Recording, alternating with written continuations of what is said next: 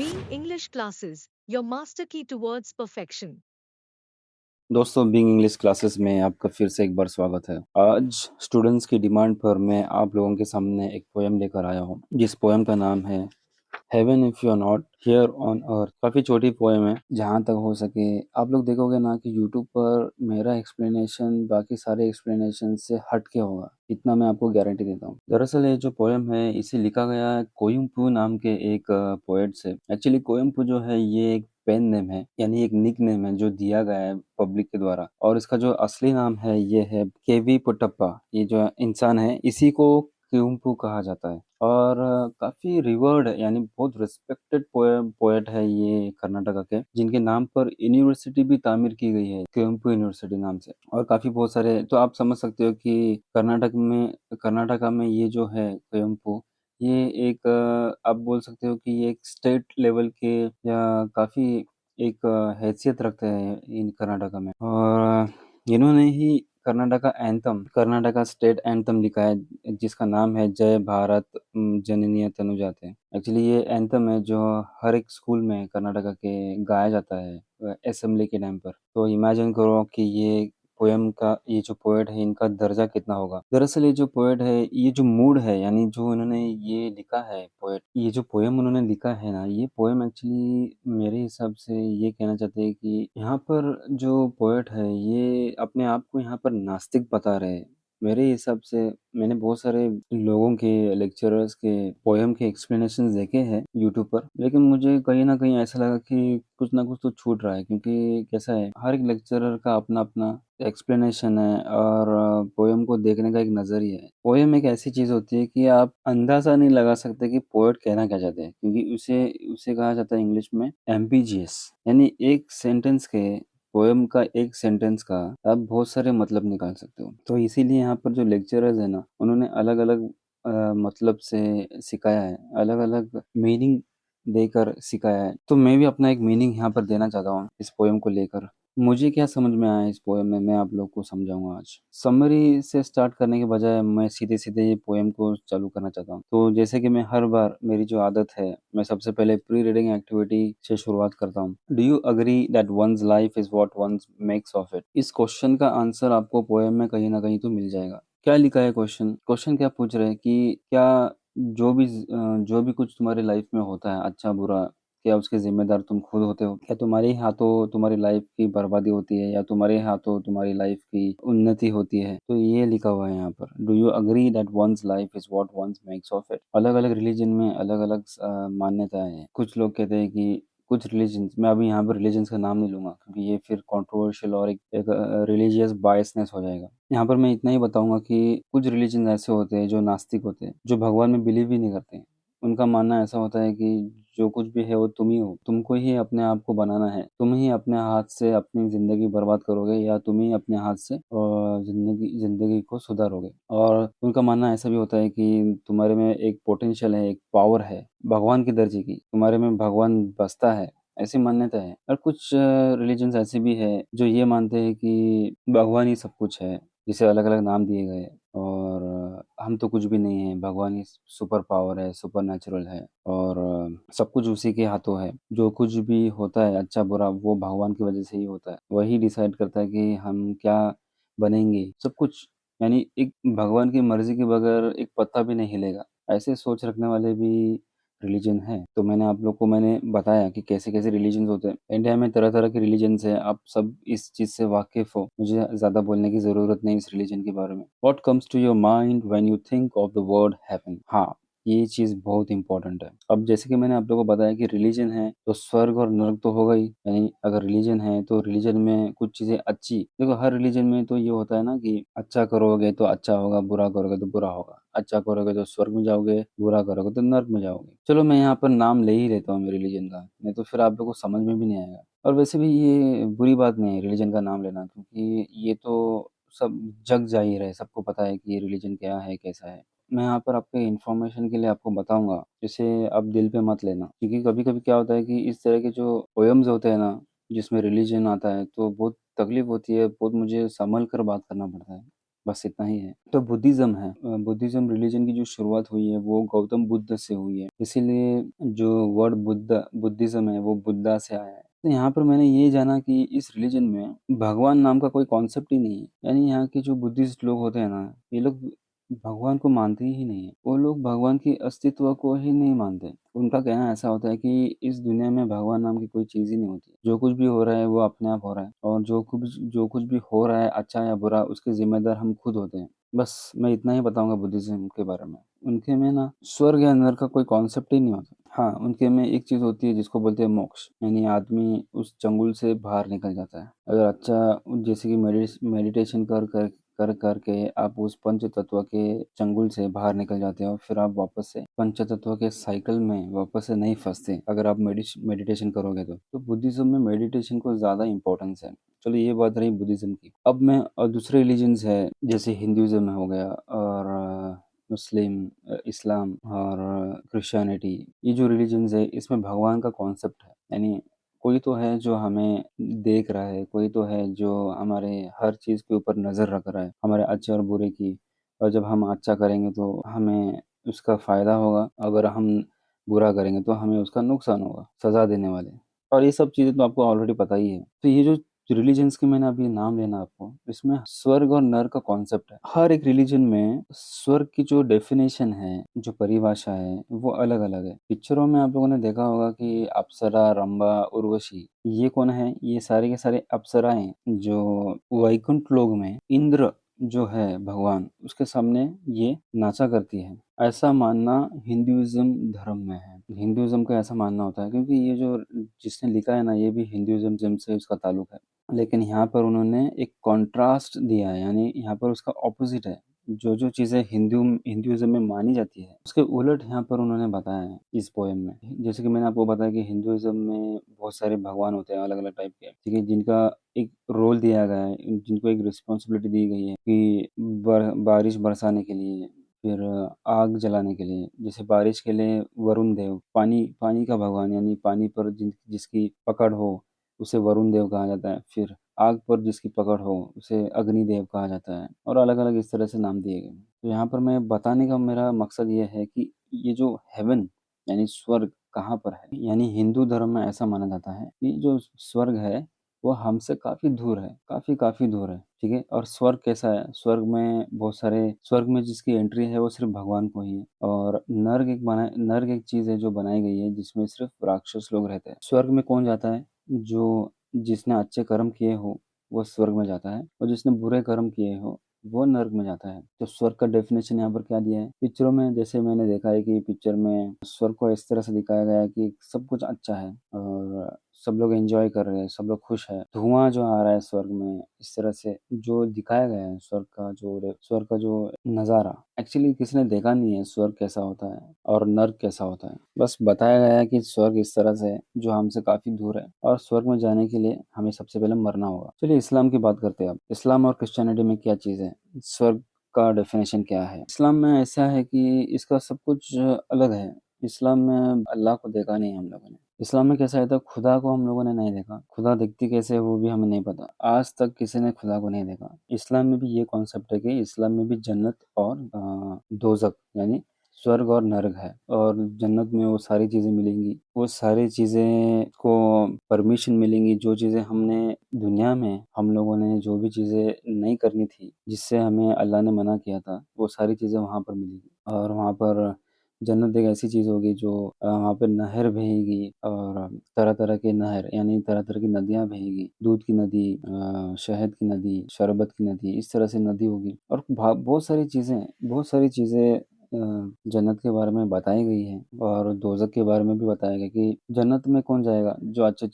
जिसने अच्छे कर्म किए हो वो जन्नत में जाएगा, जो जिसने बुरे चीज़ की हो वो जाएगा दोज़ख में। कहाँ पर है जन्नत? सातों आसमान के ऊपर। इस्लाम में जन्नत कहाँ पर है? सातों आसमान के ऊपर। इससे ज़्यादा जन्नत के बारे में इस्लाम में और कुछ हमें पता नहीं। जैसे कि मैंने आप लोगों को बताया, हर किसी को जन्नत में जाना है, लेकिन कोई मरना नहीं चाहता। इस क्वेश्चन का आंसर देने के लिए मुझे इतना बड़ा डिटेल देना पड़ा।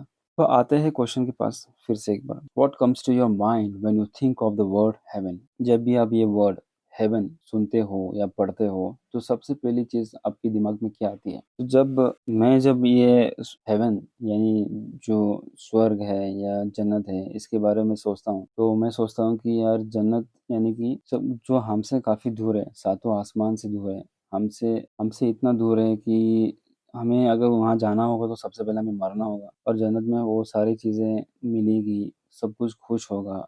ये मेरे दिमाग में आता है। उम्मीद करता हूँ आप लोग को इतना तो समझ में आ गया जो मैंने आपको एक इंट्रोडक्शन दिया है। यूट्यूब पर आपको इस तरह का इंट्रोडक्शन नहीं मिलेगा। सबका अपना-अपना एक एक्सप्लेनेशन है। सब लोगों ने कुछ अलग ही बताया है इसके बारे में। जो पोएट समझाना चाहता है, जो मैसेज देना चाहता है वो किसी ने नहीं दिया। Heaven if you are not here on earth where else could you be? Poet कहता है कि हम जन्नत पाने के लिए काफ़ी जिद्दोजहद कर रहे हैं और जन्नत में जाने के लिए हम बहुत सारी चीज़ें अच्छी-अच्छी चीज़ें कर रहे हैं। लेकिन पोएट का मानना ऐसा है कि जन्नत यहीं पर है, आपको जन्नत ढूँढने की ज़रूरत नहीं है। अगर जन्नत यहाँ पर नहीं है तो फिर कहीं पर भी नहीं है। Where heaven if you are not here on earth where else could you be? यहाँ पर मतलब उनका बोलने का मतलब है कि जन्नत अगर यहाँ नहीं है तो फिर किधर है? आपको समझ में आ रही है बात? वो एक क्वेश्चन पूछ रहे हैं कि अगर जन्नत इधर नहीं है तो फिर किधर है जन्नत? उनका उनका मतलब ये हुआ कि जन्नत यहीं पर है। इस दुनिया को जन्नत की तरह बनाना या दोज़ख की तरह बनाना ये हमारे हाथ में है। अगर हम आपस में ही लड़ते रहेंगे, तरह-तरह के न्यूक्लियर बॉम्ब्स बनाएँगे, एटॉमिक बॉम्ब्स बनाएँगे, ठीक है? एक दूसरे पर सिर्फ़ बॉम्ब्स फेंकते रहेंगे और लोगों को मारते रहेंगे, बर्बाद कर देंगे एक दूसरे को। फिर ये क्या हुआ? ये दोज़ख की तरह हुआ। ये ज़िंदगी दोज़ख की तरह हो गई। यानी दोज़खनुमा ज़िंदगी, नर्कनुमा ज़िंदगी हो गई है। और जो भी तकलीफ़ें नरक में होनी चाहिए, वो तकलीफ़ें यहाँ पर जब हमें दुनिया में मिलती है, तो हम दुनिया को क्या कर रहे हैं? हम दुनिया को दोज़ख बना रहे हैं, नरक बना रहे हैं, नरक वाली ज़िंदगी बना रहे हैं। तो वो कहते हैं कि देखो हम दुनिया में ना बहुत सारी चीज़ें जैसे कि मैंने आप लोग को बताया, बहुत सारी बुरी चीज़ें हैं, करप्शन है और पॉवर्टी फ़ेमाइन ये सारे अलग-अलग टाइप के प्रॉब्लम्स हैं जो हमारे दुनिया में होते हैं हमारे साथ, जिससे हमारी ज़िंदगी नरकनुमा ज़िंदगी हो जाती है। If we ourselves can not be gods then there can be no gods. जो पोएट है वो कह रहे हैं कि देखो हम भगवान के पीछे दौड़ रहे हैं, भगवान को पूजते हैं, हम भगवान को मानते भी हैं और साथ ही साथ हम गलत काम भी कर रहे हैं। हम किसी का पैसा चोरी कर रहे हैं, किसी का हक मार रहे हैं, किसी को मर्डर कर रहे हैं, किसी की जायदाद हड़प रहे हैं, किसी को गाली दे रहे हैं, किसी के साथ में बुरा बर्ताव कर रहे हैं। ये सब तो हम लोग कर रहे हैं, लेकिन साथ-साथ हम क्या कर रहे हैं, भगवान की भी पूजा करते हैं और ये गलत काम भी करते हैं।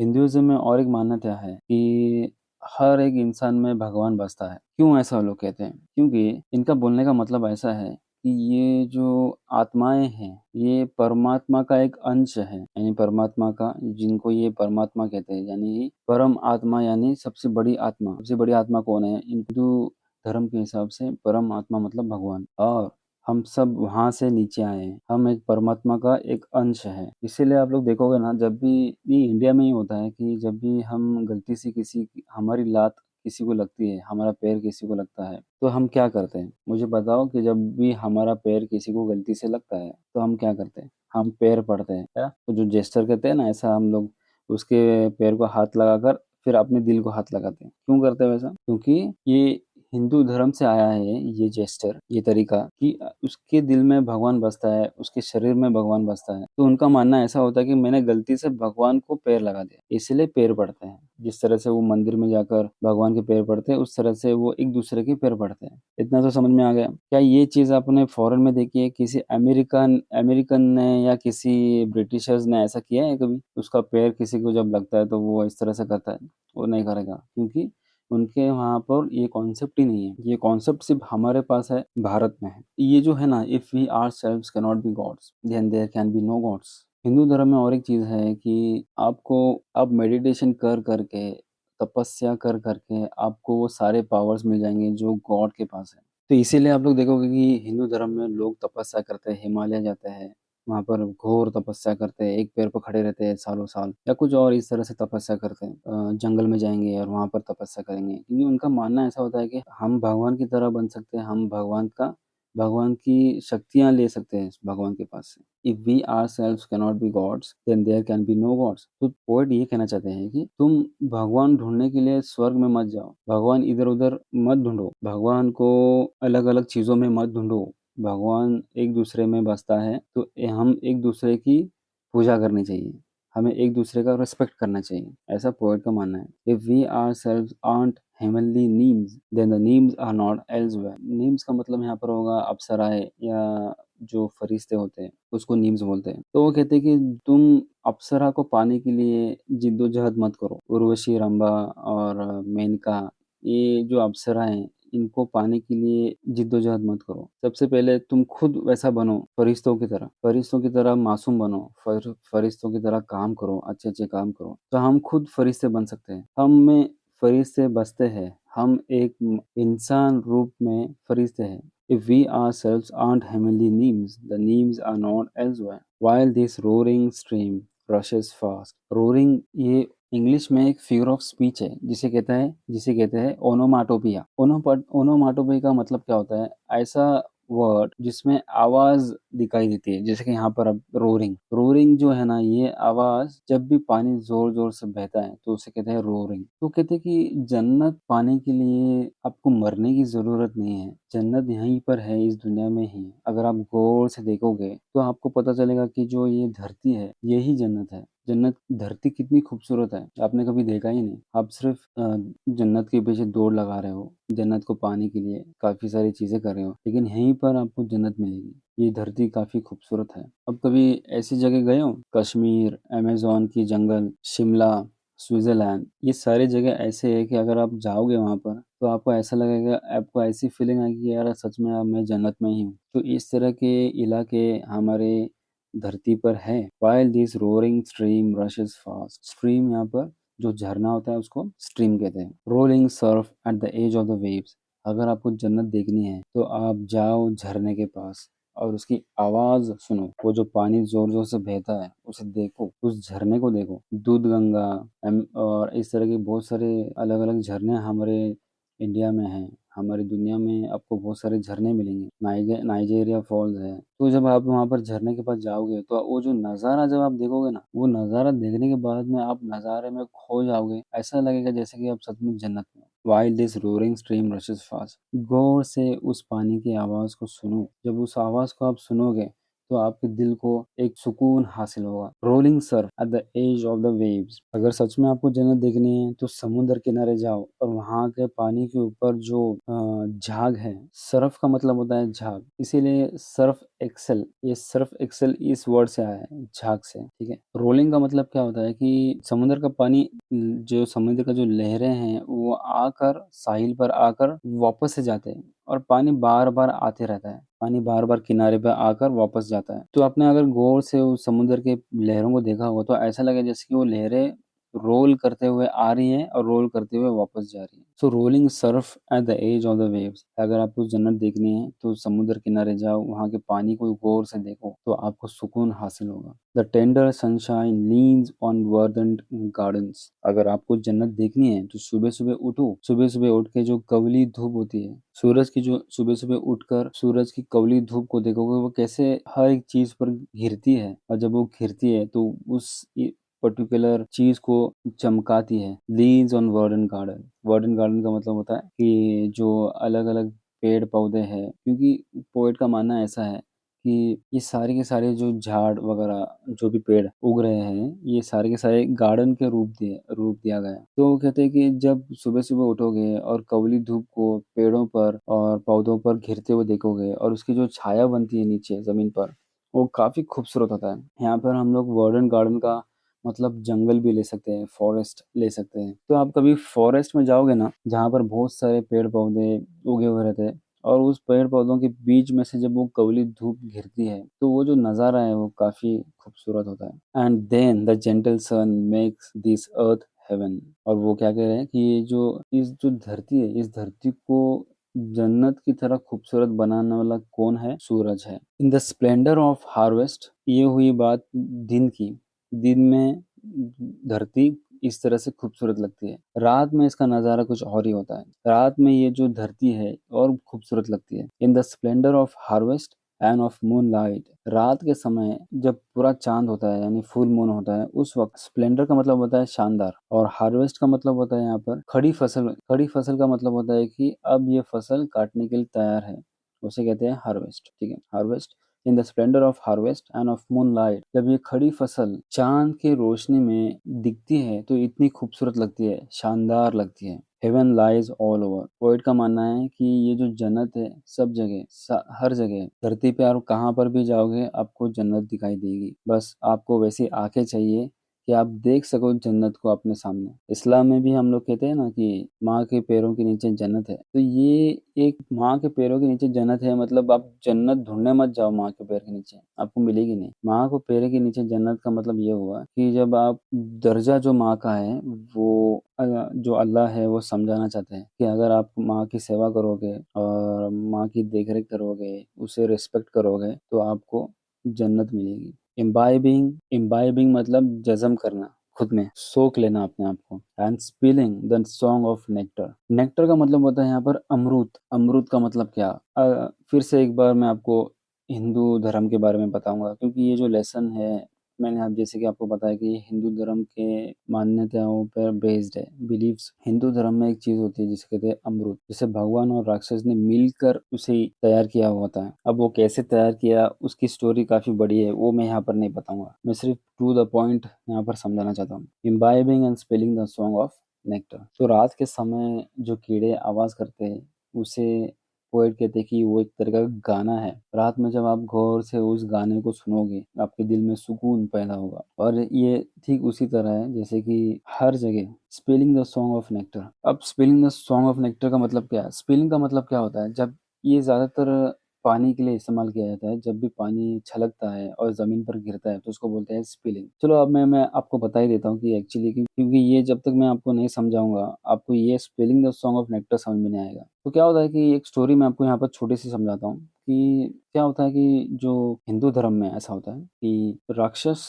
और ये भगवान, ये दोनों मिलकर क्या करते हैं, शेषनाग यानी एक बहुत लंबा चौड़ा एनाकोंडा टाइप का एक नाग होता है, जिसकी मदद से वो एक पहाड़ को बांधते हैं और पहाड़ के नीचे एक कछुआ होता है। देखो ये आप समझो, या तो कुछ लोगों को ये शायद इस पर यकीन ना हो, कुछ लोगों को हो, लेकिन ये हिंदू धर्म में हुआ है तो मैं ये बता रहा हूँ आप लोगों को। तो हिंदू धर्म में मंथन कहते हैं। तो एक तरफ एक हिस्सा भगवान पकड़ते हैं, भगवान के जितने भी लोग होते हैं, भगवान के साइड में जितने भी लोग होते हैं वो पकड़ते हैं, और जो उसका दूसरा हिस्सा होता है सांप का उसे राक्षस पकड़ते हैं। दोनों मिलकर खींचते हैं, जैसे कि हम दही बनाते हैं ना, दही में से मस्का करने के लिए हम कैसे उसे फिरनी फिरनी की मदद से दही को मस्के से अलग करते हैं घुमा घुमा कर, उसी तरह से ये कुछ कुछ कर रहे होते हैं ऐसा। तो वहां से जो अमृत है यानी जो अमृत वो बाहर आता है, ठीक है। अब भगवान जो होते हैं ना ये कहते हैं कि ये अमृत हमारा है, हम पिएंगे सबसे पहले। तो क्या होता है कि भगवान जब पी रहे होते हैं अमृत, उस वक्त जो राक्षस है वो भगवान का रूप लेकर भगवान के लाइन में बैठ जाता है और वो राक्षस भी पी लेता है। लेकिन भगवान लोगों को पता चलता है कि यार ये तो राक्षस था, ये तो भगवान नहीं था। तो जब वो राक्षस वो अमृत पी रहा होता है उस वक्त उसका अमृत गले तक ही गया होता है अभी, तो उतने में ही भगवान ने उसका गला काट देता है, जिसे राहु और केतु कहते हैं। फिर उन्हीं में से एक कोई राक्षस उस जो अमृत है, अमृत अमृत को ऐसा माना जाता है कि अगर अमृत पियोगे तो आप कभी मरोगे नहीं। तो उन्हीं में से कोई एक राक्षस जो होता है ना वो अमृत का जो घड़ा होता है वो लेकर भाग रहा होता है। उस वक्त अमृत लेकर जहां जहां वो भागा तो वहां वहां वो अमृत का पानी छलकने लगता है। तो धरती पर कहाँ कहाँ वो गया, जहां कहाँ भी वो गया तो वो अमृत गिराते हुए गया, ठीक है। तो spelling the song of nectar, इसीलिए यहाँ पर धरती पर ही अमरूद है, लेकिन उसे देखने के हमें हमें वैसी आंखें होनी चाहिए। Imbibing and the spelling the song of nectar, तो इस धरती ने अमरूद को जज़्म किया है, इसीलिए ये धरती काफी खूबसूरत है। The poet does create heaven on earth, और इस तरह से जो पोएट है वो धरती को जन्नत का रूप दे रहे हैं और धरती को जन्नत बना रहे हैं। तो ये इमेजिनेशन है, धरती को जन्नत बना रहे हैं इसका मतलब वो धरती को जन्नत की तरह नहीं बना रहे, एक्चुअली धरती को वो जन्नत का एक रूप दे रहे इमेजिनेशन में। तो उम्मीद करता हूँ आप लोग को ये पोयम समझ में आ चुका होगा। तो देखते रहे being English classes. Thank you very much.